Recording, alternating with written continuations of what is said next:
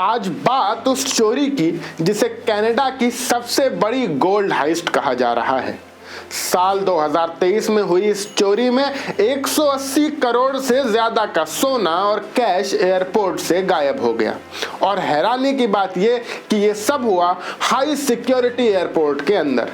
नमस्कार, मैं शाश्वत सिंह दर्पण और आप देख रहे हैं द देश बोर्ड।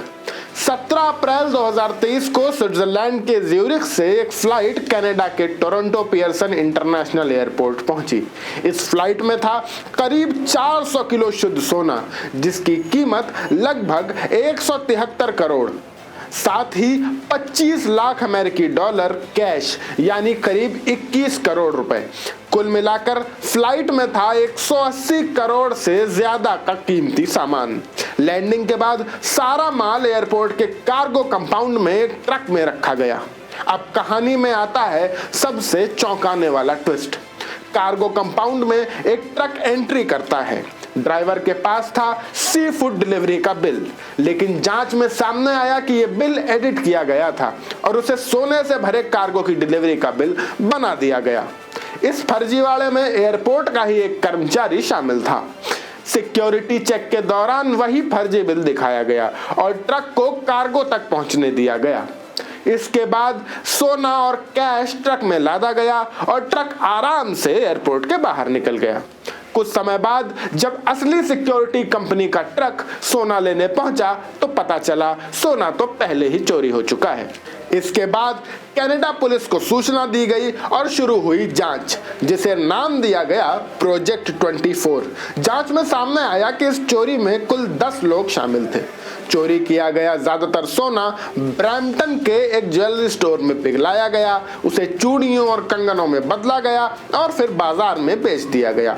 इतना ही नहीं, इस पैसे का एक हिस्सा अमेरिका से कनाडा अवैध हथियार की तस्करी में भी इस्तेमाल हुआ। 12 जनवरी 2026 को इस केस में एक बड़ा अपडेट आया। अरसलान चौधरी, उम्र करीब 43 साल, इनको टोरंटो एयरपोर्ट से गिरफ्तार किया गया।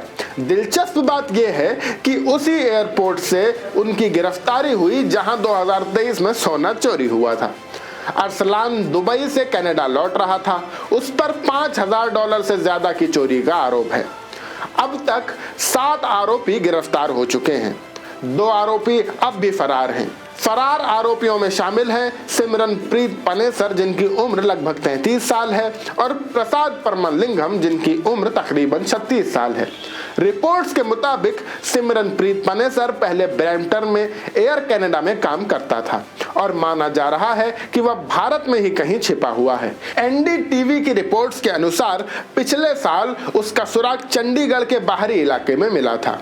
पील रीजनल पुलिस प्रमुख निशान दोरयप्पा ने कहा, यह गिरफ्तारी पुलिस की क्षमता को दिखाती है।